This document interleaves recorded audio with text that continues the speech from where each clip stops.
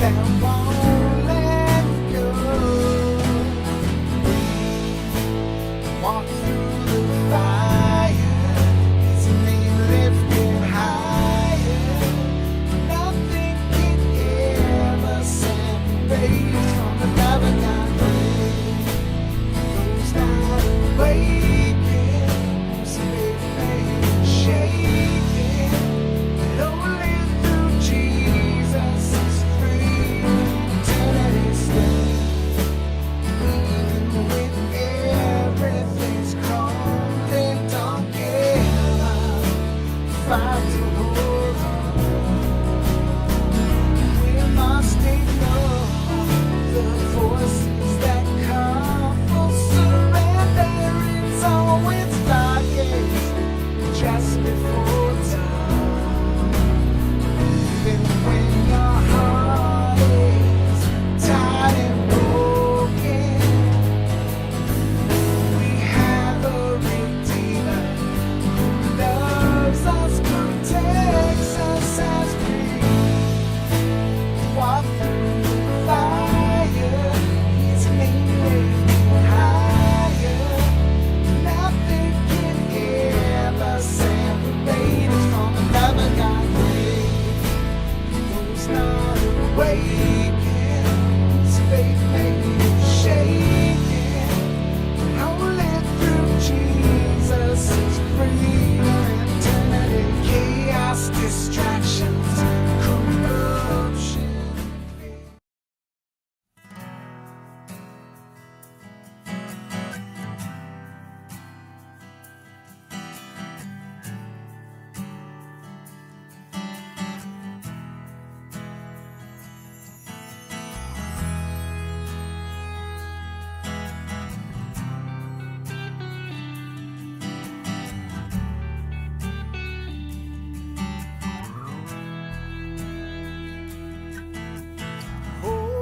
Holy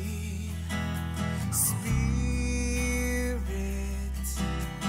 fall on me. Heal me, fill me, make me whole. I am unworthy, yet you comfort me. Father, renew me. You are all I need. Holy Spirit, fall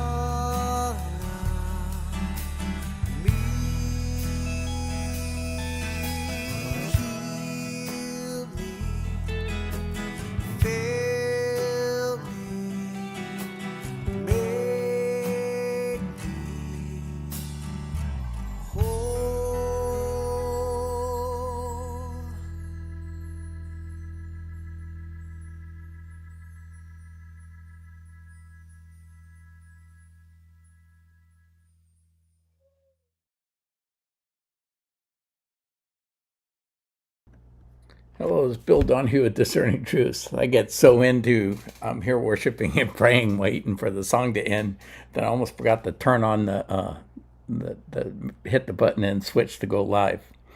I did catch that I'm not muted. Very good.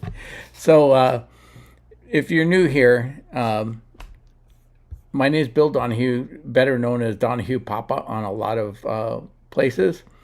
But I always try to start off with giving some information. Today we're going to be looking at does the Bible teach that the earth is a flat, immovable object? Is that what the Bible teaches? Because if it does, that's what I want to believe, right? And before we get into our study, this is my contact information. Like I said, if you're going to send me anything via snail mail, they use sea snails to get over here to Kauai, but make sure you include the suite 1300 and number 164 on there. That's a private mailbox I use here for my mail in Hawaii. Just don't expect me to get it in a few days. The mail takes a while to get here for whatever reason. And the easiest way to get a hold of me is bill@discerningtruths.com. Understand, I will answer any questions on my email. I'm not really looking for debates, and I don't have time for that. But if you have a legitimate question, I'll gladly answer it. And I appreciate the emails. It lets me know you're listening. My replays are all available on Cloud Hub. I provided a link up there, but you can go into Cloud Hub, search for channel 217 or Bill Donahue, Discerning Truths. You find it. Just subscribe, and then you can go back and look through all my videos that are up there. We're at video 264 today, so there's a few subjects I've hit. And then I have been uploading on Rumble. I may start broadcasting on Rumble soon. I will be on Foxhole probably as soon as this Monday. I just got my channel approved today. I just didn't have time to turn it on before we went live today. When I do Foxhole, I'll probably pull the trigger on Rumble at the same time. You can catch me on Twitter and YouTube. And but the most important thing is my notes at the end of every show. I create a PDF and I post it on the Discerning Truths group on Telegram. You can go back and look at my notes. You can examine what I've done. Look the verses up for yourself and make your own mind up as to what the truth is. I broadcast Monday, Wednesday, and Friday at noon Pacific time. I'm typically doing a book of the Bible on Monday, Wednesday. Right now we're in the Gospel of John. For those of you that have been with me for any length of time, you know when I went through Isaiah, I took almost a year going through Isaiah. I'm not zooming through these books. I'm trying to dive into them so you get a deeper understanding than you're going to get in a cursory look at it. My show is not for everybody. If you just want a lot of rah-rah and encouragement and stuff, I'm not your guy. If you want to dig deep, this is the place to go. And then on Fridays, I look at subjects that I don't think they'll teach you in church or they won't touch. I've been going through Bible myths for the last few Fridays and myths that are not taught in the Bible, some that came out of the Da Vinci Code and Holy Blood, Holy Grail. Today I'm going to look at the claim that the Bible teaches that the earth is a flat, immovable object. And then on Tuesdays, I join my friend Neil over on her program. She broadcasts Central Time, usually about 10:20, 10:25 Central Time. She comes on, and I join her 15, 30 minutes into her show, and we usually talk for about an hour on a wide variety of subjects. And then I start my day with my good friend, Michael Beatty, California to many of you. Singer, songwriter extraordinary, has turned into quite the little graphic artist, and now God has just opened up another gift. Being faithful with one gift, gave him another one to be able to bring the Bible to life. And he's going through the book of Ruth, and it was what a great study that you're doing. On Sunday, his wife Linda joins him, and going through Psalms. I can't wait. In April, I'm going to be back in California for a little bit, and I'm going to get to go out to dinner with Michael and Linda. We haven't seen them in forever. And like I said, I keep promising a Prophet Club. It's going to come when it comes. I thought I'd have it done in January. we're now March, right? It's like Michael teased me it'll be done in July, but I'll get the Prophet Club done when I get a chance. Sorry about the delay. And like I said, if you just tuned in, today we're looking at, does the Bible teach a flat earth, that the earth is flat and immovable? Is there some kind of satanic conspiracy to convince us that the Bible or the earth is round and moving? Did that come out of the occult and the New World Order and satanic world control? Is that where that idea came from? While the Bible is teaching a flat domed earth that's immovable. And I got to tell you, I must admit, I was initially thought I was being pranked when this issue came into my attention, because I had heard people like astronomer Danny Faulkner out of Answers in Genesis. I had heard him talk about that he was dialoguing with people who believed in a flat earth. And I just thought, why, Danny? Whatever. It never interested me enough to even look at the evidence or whatever that they were claiming was evidence, because this just seemed to be so out there that it never got my attention. And then it was presented in this format, that the flat earth is the Bible version and the round earth is Satan's version. That interests me. That took me from not caring about the subject to, well, let's take a look at it, right? And I often put up this chart. I haven't done it in a while. This chart was created by Michael Patton over at Credo House, and he used it to help people understand where the fights are. This issue about whether the earth is flat or round, whether it's moving or stationary, is there a geocentric model or a heliocentric model of the universe? That's not in the center circles. That doesn't matter for your salvation. You doesn't matter for your position as historic Christian orthodoxy or traditional Christian orthodoxy. I don't even know a denomination that holds that you have to be there. I don't think it's important, but it's kind of hard to call things not important, but not important theologically, right?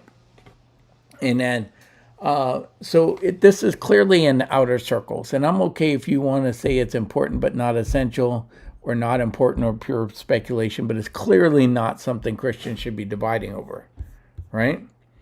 And I want to make sure we do this, even though in reality, I'm not going to deal so much with the science today, okay? I'll deal a little bit, but the science is not the issue that's here. What interests me in this question is twofold. Does the Bible teach this, that the earth is flat and stationary? Because that's a claim that's either true or false. I can prove or disprove that, and that's in my wheelhouse. That's my field of expertise. But the other thing that has interested me in the last couple of years is there's a disconnect between the levels of proof that people need when an idea fits their biases than when the idea conflicts with their bias. Okay? And in recent years, many people that I've met who had their eyes open to the evils in the world described themselves as having been red-pilled, from the movie The Matrix or whatever that we're talking about, having their eyes open and they're doing it. And they've discovered that a lot of what they've been taught in life has been lies. But instead of, it develops a inherent distrust of anything from the government or science or institutions in general. But what I've noticed and what fascinates me is that many of these same people have developed a willingness to believe outrageous claims on the slimmest of evidence if those claims are attached to the claim that these other groups lied to them about it, right? And now, I also notice that these people that will buy into these theories with almost no evidence require extraordinary levels of evidence to debunk their claims. Okay? They'll either default to the position that the opposition evidence is just fabricated, or they butt their head against it. And I just find that fascinating because to me, once you figure it out that you've been lied to a lot, it ought to put you in a default position of a skeptic. Skeptic about everything. Question everything. Question everyone. But that's not what I find. I find people that are willing to believe. Now, I got to do a little public disclosure here because I encourage my listeners to examine their own positions to identify any existing confirmation biases we all have and presuppositions that we have.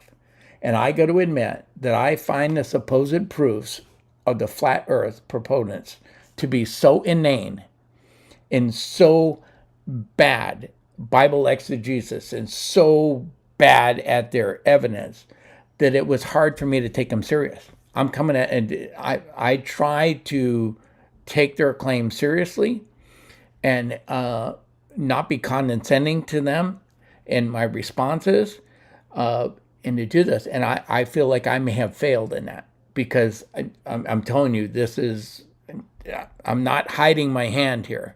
I consider this to be just absolute drivel. Bible exegesis on the level of a second grader and science at the same level. Okay? This is horrible. So when it came into my my inbox, I contacted my two brothers and asked them had any of them heard of this evidence and what had they looked into it, right? Yeah, there are two more weirdos, not exactly like me, but both of my brothers will chase down rabbit trails and do stuff and investigate things to the nth degree. And neither one of them had done it because they said they had the same reaction I did. That they thought they were being pranked when this came up, that nobody can really believe this. And so I didn't have people close to me that had done it. And I had remembered, like I said, I haven't talked to Danny Faulkner in years, but we used to have an ongoing conversation. And I knew he was spending time to do it, and I found his videos on YouTube. But his first video was mostly a sales pitch for the rest of the videos. So I didn't even have time looking through a lot of his videos. Now, I did find Eric Dubay wrote a book called 200 Proofs the Earth is Not a Spinning Ball. And these are supposedly his evidence for him.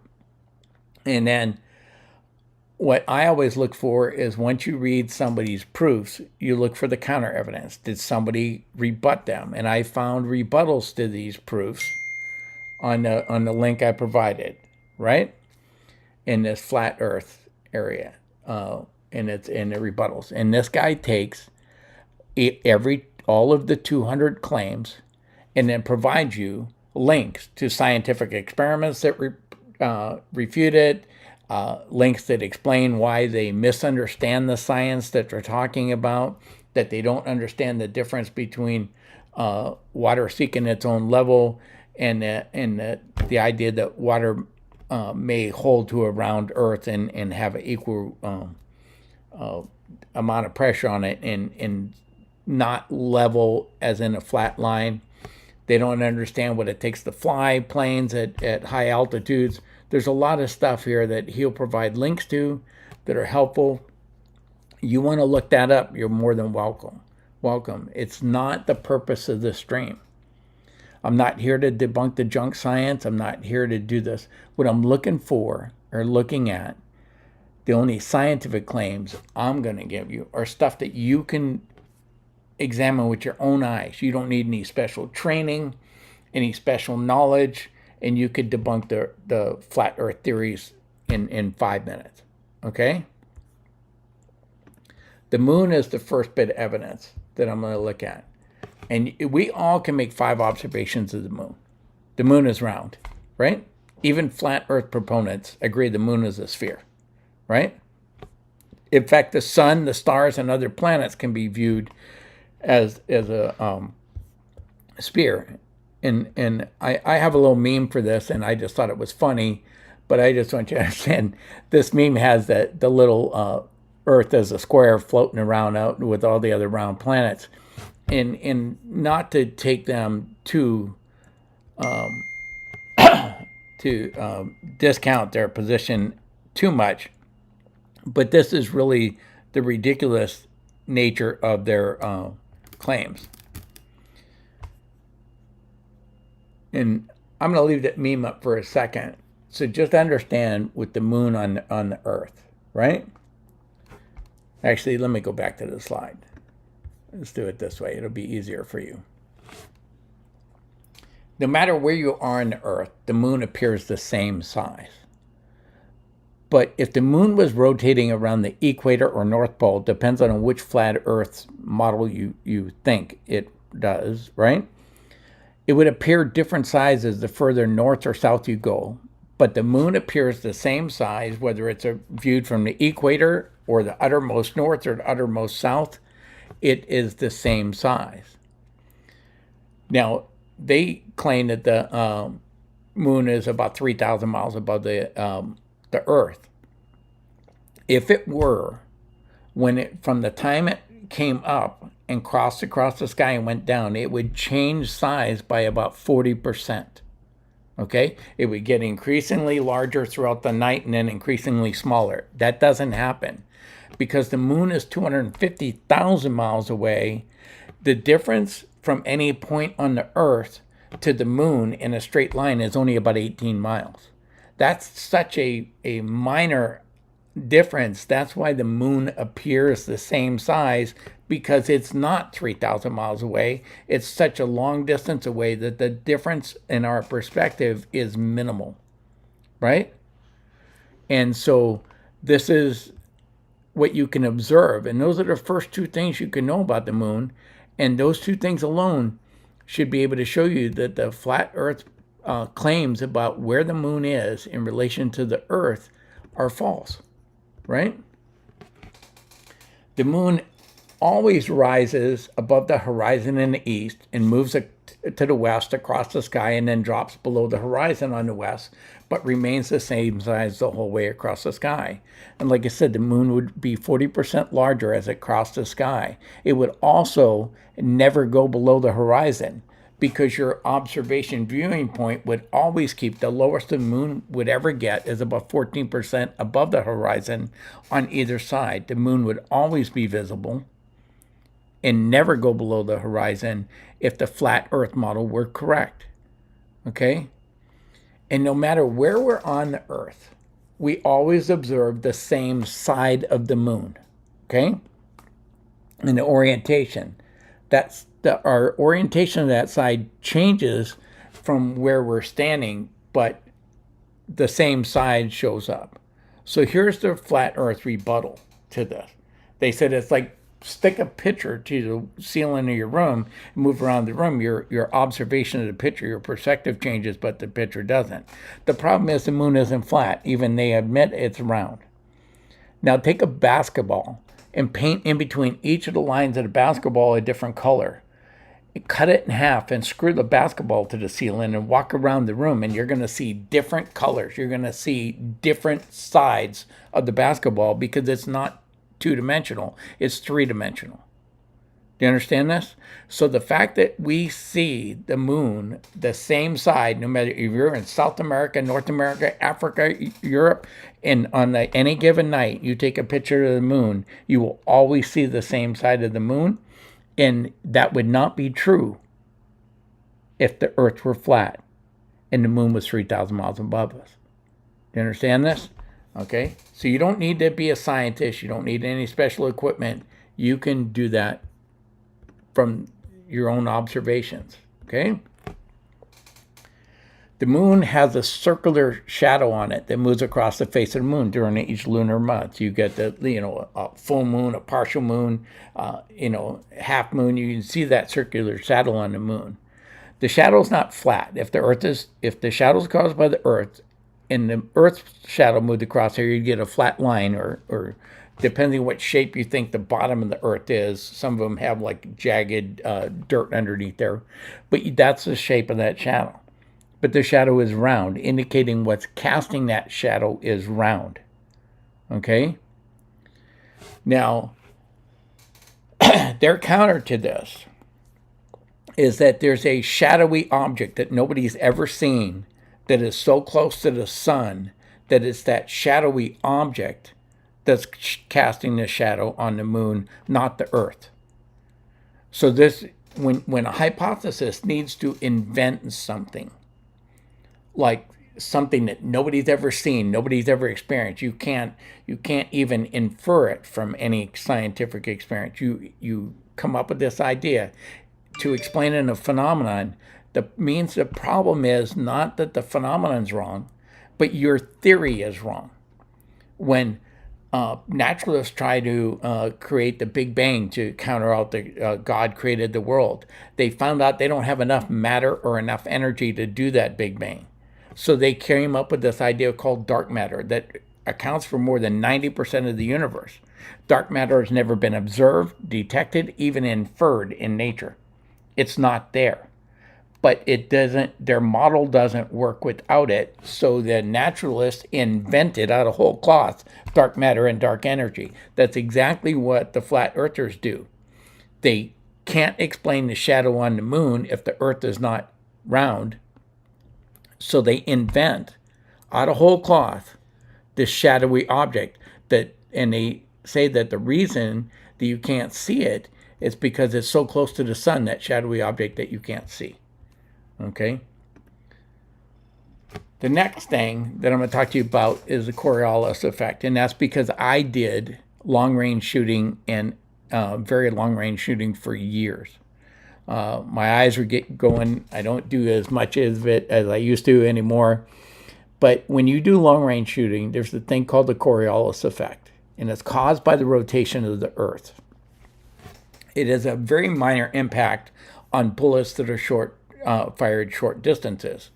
But when you fire in very long ranges, 1,000 meters or longer, and the flight time of the bullet is such that the Coriolis effect, you have to add a correction into your bullet drop calculations to account for it. And what's funny is in the northern hemisphere, when you fire the bullet spins off to the right. And in the southern hemisphere, it spins off to the left. You see the same thing in the storms, right? The storms in the northern hemisphere spin to the right, and the storms in the southern hemisphere spin to the left. That's the Coriolis effect. It is tested.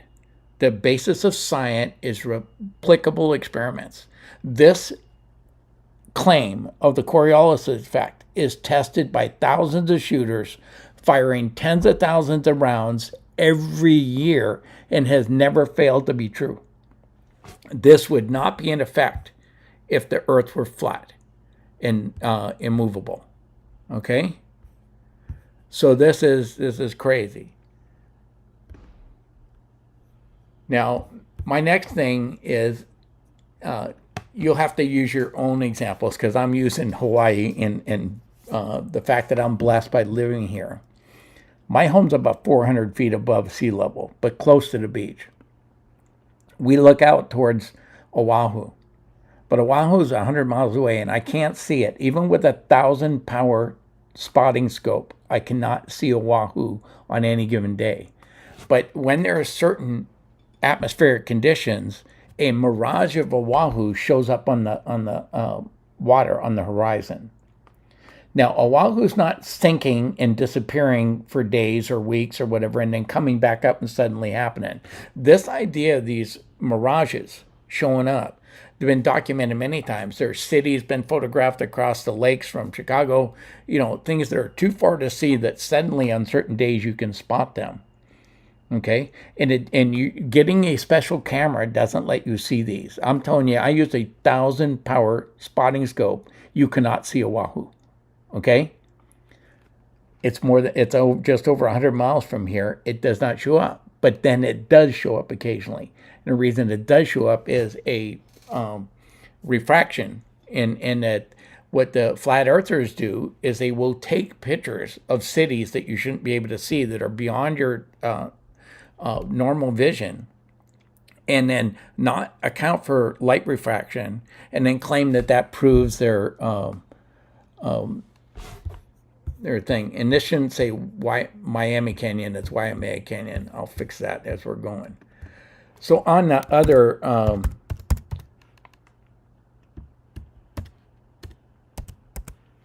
other side of the island, as I go north and west on this island, Nihao is only like 17 miles away from the northwest corner.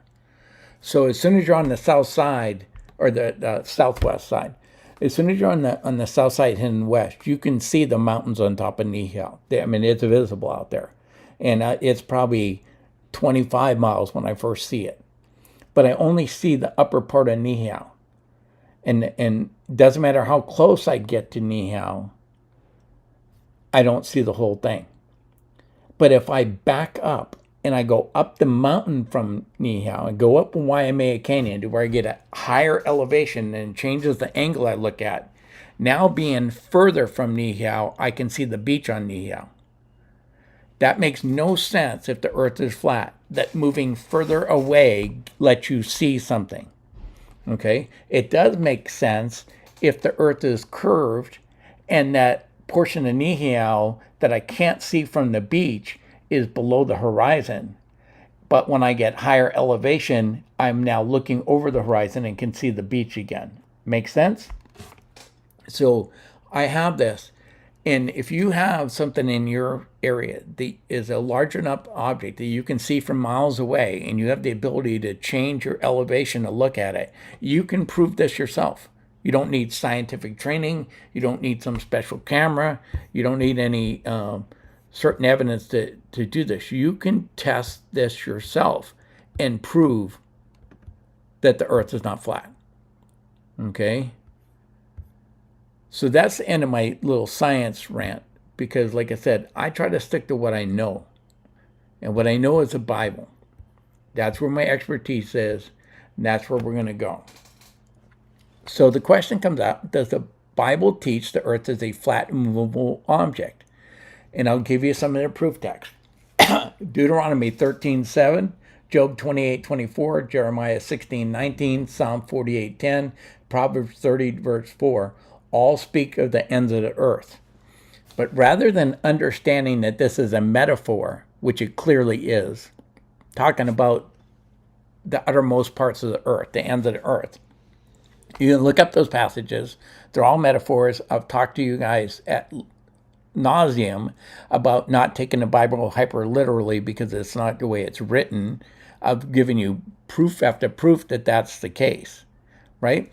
The flat earthers outdo even the most literalist fundamentalists, and they do it. So I'm going to just look at Proverbs 30 verse 4 to prove my point. It says, "Who has ascended to heaven and come down?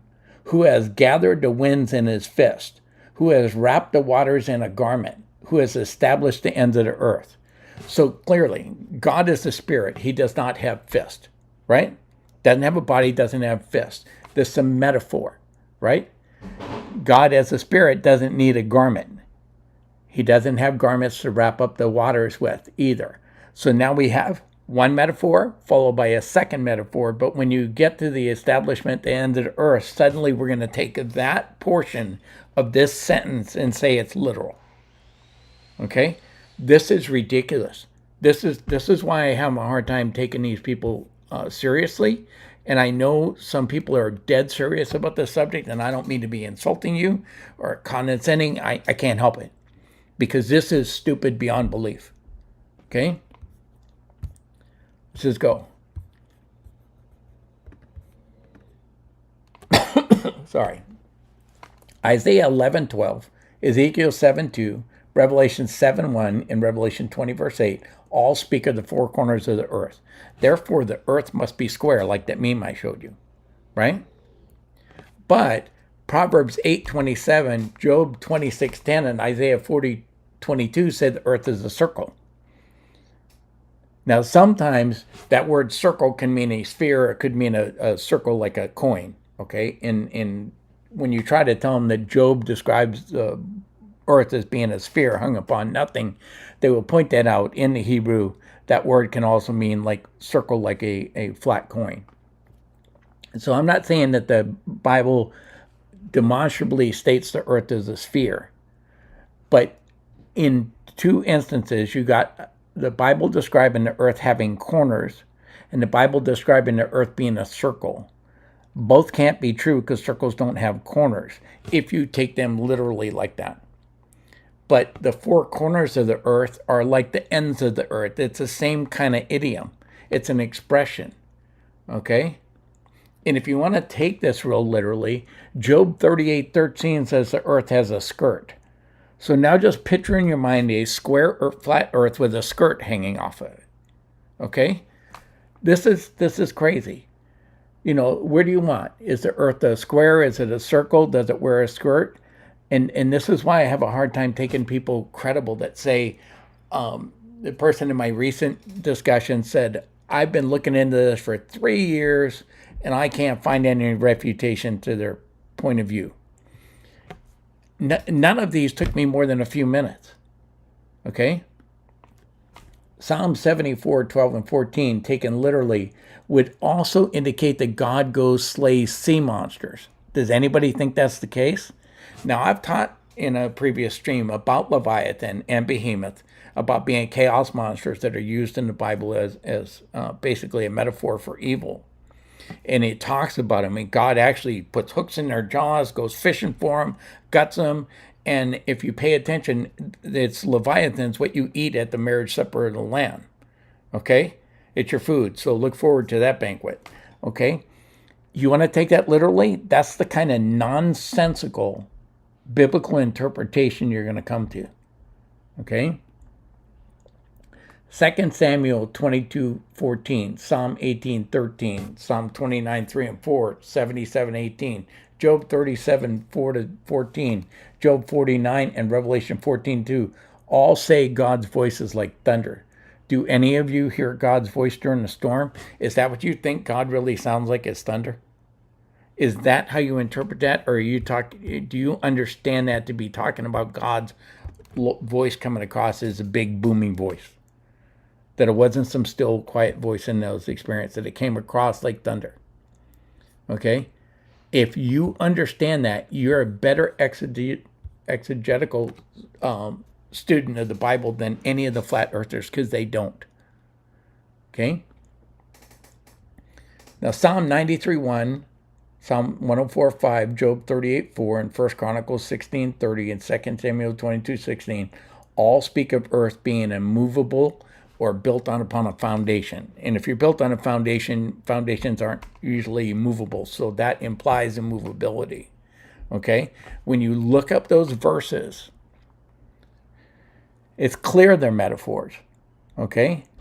But you also have the problem that Psalm 18:7, 75:3, and Isaiah 41:5 describe the earth as tottering, reeling, trembling. So which is it, you hyper-literalist flat earthers? Is the earth solid and on a foundation and unmovable, or does it move, totter, and reel, and shake? Because the Bible says both. If you take passages hyper-literally, you end up with creating conflicts in the scripture that don't exist. And this is the same kind of nonsense critics of the Bible do to say there's contradictions in the Bible. Okay?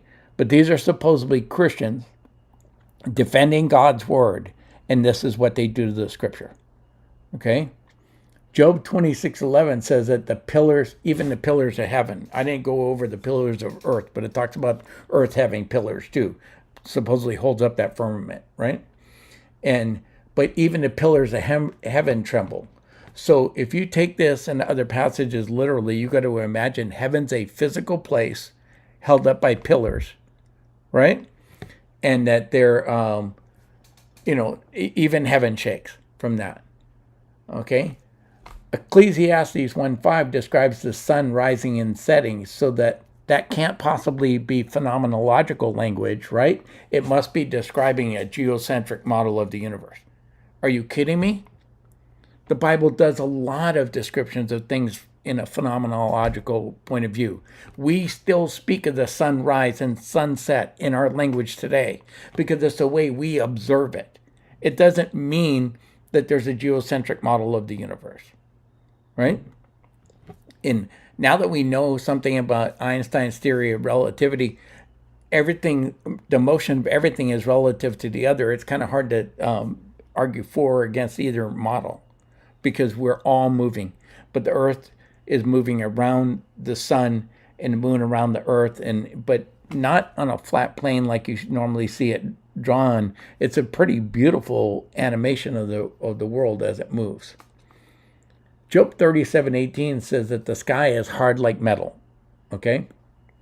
The entire context leading up to 18 talks about balancing the clouds or making the earth stand still because of the south wind, because the south wind blows the earth around apparently, right? But this is all metaphor. The entire passage is metaphor. It's only when we get to the metaphor about the sky being hard like a metal that suddenly these people that are proof texting a nonsensical theory will say that says the sky is hard like metal.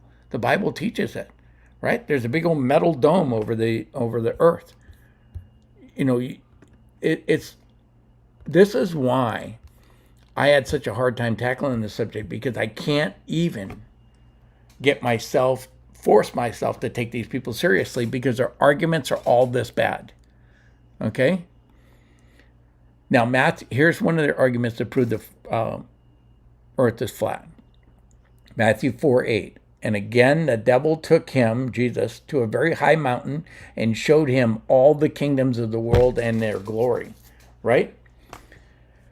Now, I want you to understand that if the earth is a sphere, I don't care if you go to the top of Mount Everest, you cannot see all the kingdoms of the world. Right? So this is their argument, that you're not even going to see all the kingdoms in Asia from Mount Everest. You're certainly not going to see Africa, South America, North America from that point of view. I don't care how strong a telescope you have, you're going to, if it's a sphere. So if I'm going to take this verse literally, that somehow Satan found a mountain in Israel that was tall enough to show him all the kingdoms of the world, then I got to tell you that the Bible is wrong, because they couldn't even see all the kingdoms of the ancient world if you stuck Everest in Israel. Okay? And I'm not sure how they managed to see the kingdoms of the past that had fallen, or the kingdoms of the future that hadn't even risen yet from that high mountain. This is so obviously a metaphor for Satan basically telling Jesus, worship me and I can give you all this stuff, right? That nobody in their right mind is going to take this literally, that I know of. No Bible scholar that I know of takes this literally. But flat earthers do, and thinks it's proof that the Bible teaches the earth is flat. Now, to show you how ridiculous this is, Daniel 4:11 describes a tree that not only grew all the way up to heaven, but it filled the whole earth. So, okay, you hyperliteralists, where can I find this tree? Even if they cut it down, where's the stump? Right? I know that thing that looks like a tree stump in Australia, right? You know, that giant tree stump is probably it. But this is what it describes. This is a dream. This is imagery. It is not to be taken literally.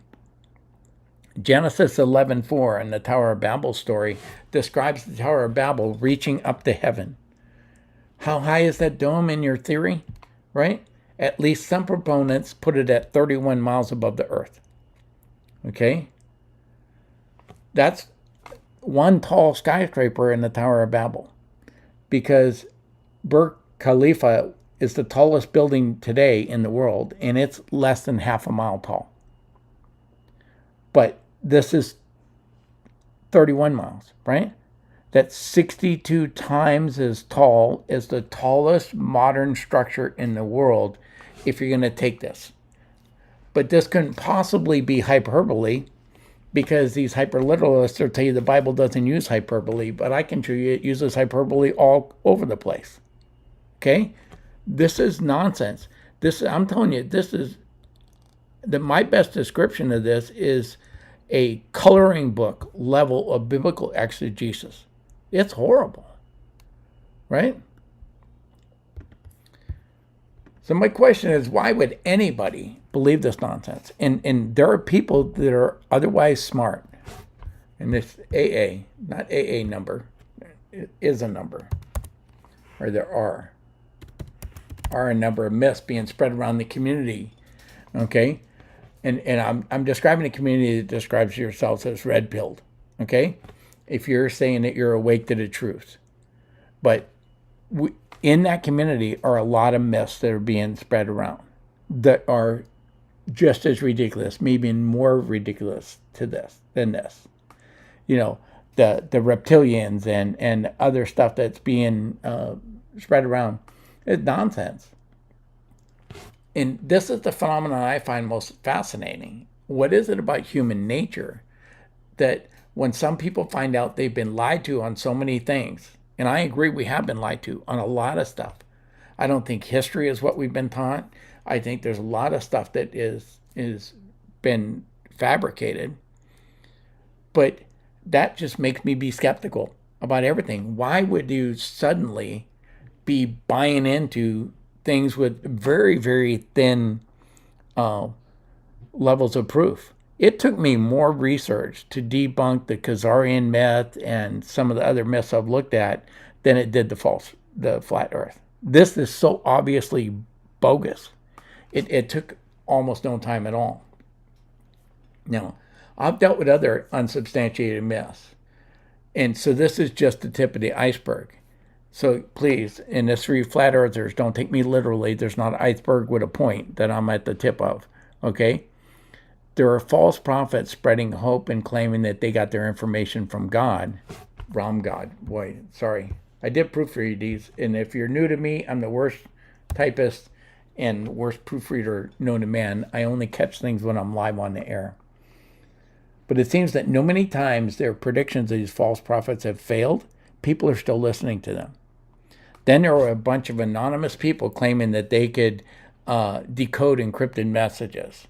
Now, I don't want to mention it out loud because I'm on YouTube and I'll get another strike, okay? But you know what I'm talking about. You know, some of those people that were posting anonymously claiming they could break the code have been wrong so many times.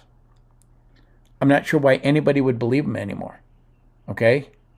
Now, I'm painting a broad brush. There are some people that were more cautious with their predictions, and I'm not trying to put everybody there. But you know who they are. The people that made all kinds of predictions that this was going to happen on this day, that election was going to turn out a certain way, that this military was coming, that whatever their predictions were, they've all proven wrong. When somebody has proven themselves not to be a credible witness, why would you believe him? But that's exactly what we find in this community, is that this stuff gets spread, right? And when those drops stopped, gotta let you catch up with me. When the drops stopped from that certain letter, many of the Anons needed something to talk about because they had streams put on and they needed something every day. And many of them shifted to theology or supposedly hidden history. The serpent seed doctrine got a new twist where they were actually reptilians, okay? The serpent seed doctrine, if you're not familiar, was that Adam had sex with Eve and created Cain, okay? Their idea is that there's actually a race of hybrid reptilians on the earth that came out of here. Lilith shifted from being part of Middle Eastern mythology to being an actual reptilian, okay?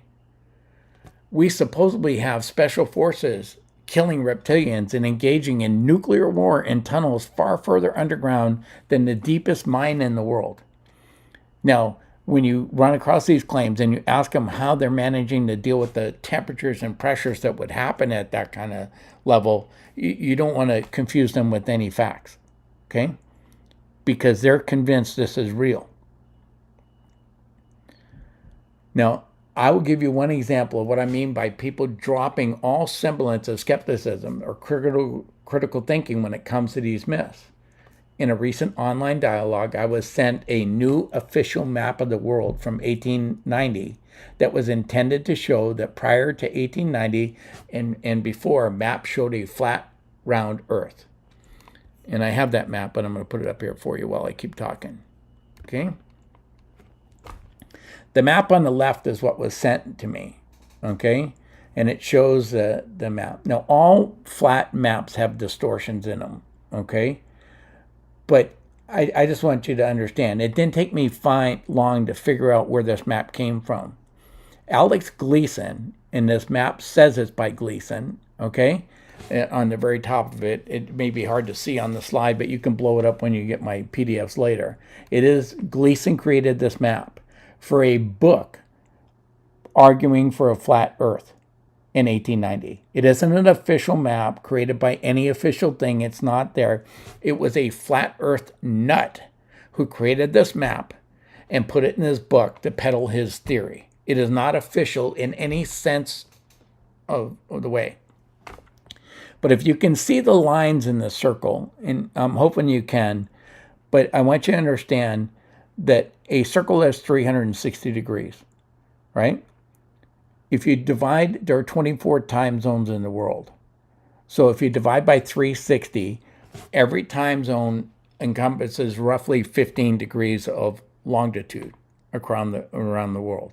Okay? Now, countries are allowed to set up their own time zones, so they don't all fit neatly in the longitudes. You know, I mean, they all do it. A lot of there's political decisions, right? And what's going on. But this map has the longitude shown on every 5 degrees as it goes around the circle. So each of 3 heavy lines, okay, is 15 degrees. And what you're going to notice is those lines are they come to a point at the very center of the map, and then they get very wide at the bottom of the map where it hits the ice wall on the outside of the Earth. Okay? But what that does, it means that all of South America, all of Australia, most of Africa all fit in a single time zone. All of India fits in a single time zone.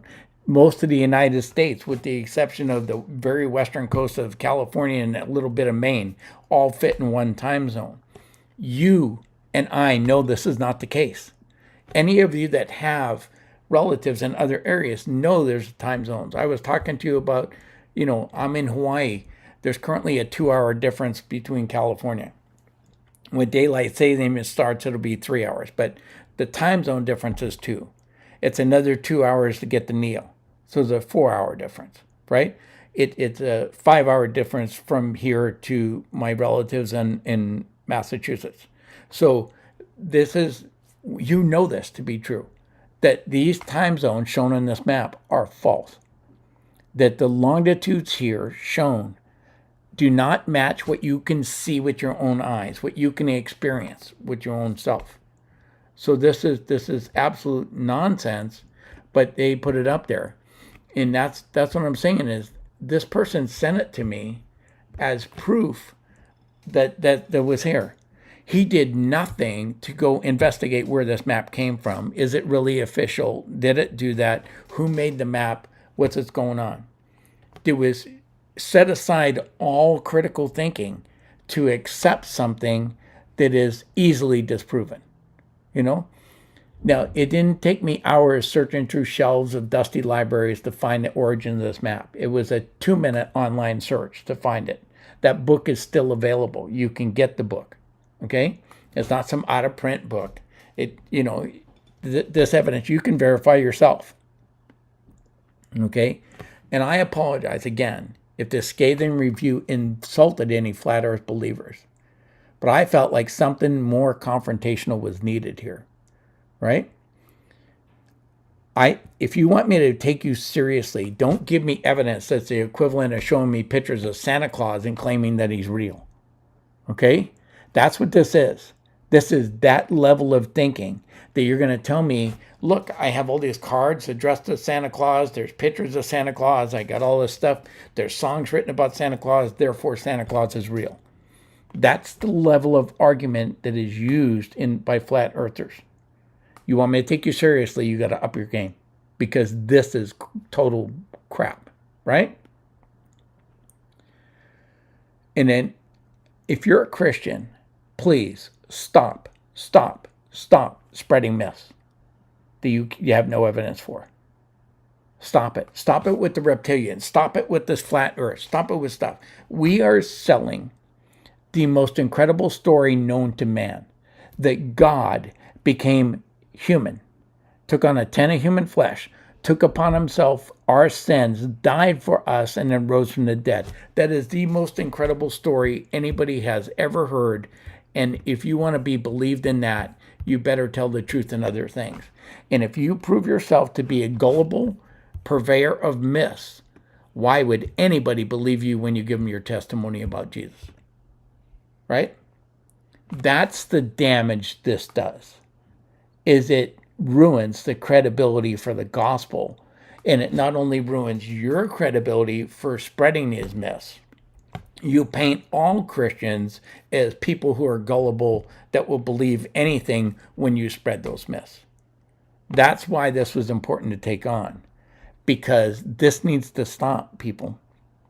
We need to be diligent in what we say, and truth has to matter to us as Christians. You have to go out there and say, someone wants to tell you something, right? When I first heard that the jab wasn't a real vaccine and it wasn't doing this stuff, I looked for the evidence, what it would back that up, and I was convinced by the evidence that I shouldn't take it. When I heard that remdesivir was used to kill people, and there were 2 studies that showed that it actually increased your chance of dying to take it than it did without it, I went and looked up those studies and read them. I found the evidence. I listened to doctors that were saying that. I proved it. There was evidence backing that thing. If a lot of this stuff that we're being told by supposedly people in our community has no more evidence than the claim that Santa Claus exists. And they're spreading it, and it destroys the credibility of Christians everywhere. Okay? And I'm sorry. I know it's a little bit of a rant, and like I said, I apologize. If you take this serious and you think the earth is flat and you think the Bible teaches it,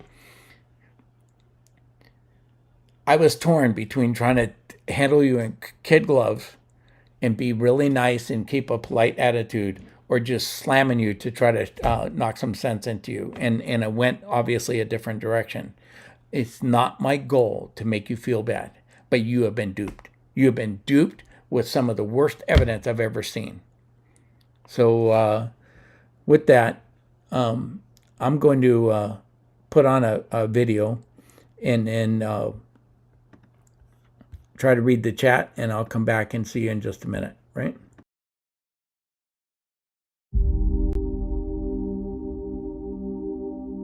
Finally, my brethren, be strong in the Lord and in the power of his might. Put on the whole armor of God, that ye may be able to stand against the wiles of the devil. For we wrestle not against flesh and blood, but against principalities, against powers, against the rulers of the darkness of this world, against spiritual wickedness in high places. Wherefore, take unto you the whole armor of God, that ye may be able to withstand in the evil day, and having done all, to stand. Stand therefore, having your loins girt about with truth, and having on the breastplate of righteousness, and your feet shod with the preparation of the gospel of peace. Above all, taking the shield of faith, wherewith ye shall be able to quench all the fiery darts of the wicked. And take the helmet of salvation, and the sword of the Spirit, which is the word of God, praying always with all prayer and supplication in the Spirit, and watching thereunto with all perseverance and supplication for all saints, and for me, that utterance may be given unto me, that I may open my mouth boldly to make known the mystery of the gospel, for which I am an ambassador in bonds, that therein I may speak boldly as I ought to speak. Peace be to the brethren, and love with faith, from God the Father and the Lord Jesus Christ. Grace be with all them that love our Lord Jesus Christ in sincerity. Amen.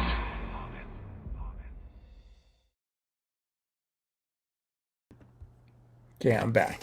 I saw the comment about daylight savings times. I couldn't agree more. There's an old joke about only a white man would think if he cuts off 6 inches from the bottom of his sheet and resews it to the top of his sheet, that he has a longer sheet, right? But that's kind of the daylight savings. It's just it's sad. And one reason that I don't use Honolulu time for my broadcast is because Hawaii does not observe daylight savings time, and California does, and so many other states do, that it would really confuse people as what time I come on. So I just stuck with the Pacific time, which is going to shift for daylight savings. My time here won't change at all, and it's just sad, and I know it's hard. It's hard when people believe stuff that's so nonsensical. It's hard not to talk down to them and to treat them. And I don't want people to treat me that way when I'm presenting Christianity and Jesus. And a lot of critics will start from that thing. That's why I came at it from an apologetics kind of viewpoint, is here's the evidence for I believe in God. Here's the evidence I believe in a resurrection. And because it let me take a stand with people that just dismissed it out of hand. But it is, I mean, how much are we going to coddle people in this community that keep spreading nonsense, absolute nonsense, and do it? Because the problem is there's a lot of truth coming out of this community, and that truth is getting diluted with the lies that are mixed in with it. And the people in this community aren't calling the people out who are spreading the lies. And I think it's time somebody has to do it. And these are not false prophets, but this was almost a Prophet Club episode on the flat Earth. It really is. It's just like these people are a problem in that they are spreading lies among the community and making us all look like fools. But when you tell me that the Bible teaches it, and I can show, sorry, that you're absolutely destroying and showing an imbecilic level of biblical interpretation in your evidence, then it's hard for me to take any of your other evidence credibly, right? So with that, God willing, I'll be back on Monday, and like I said, I hope to have Foxhole set up over the weekend. If I am, in Rumble, I'll be broadcasting on those two channels as well. But in any way, we'll get it going, and let your friends know. And I will see you Monday in the Gospel of John. I mean, God bless you all. And let me find my outro, which I forgot to pull up. And I will see you next time.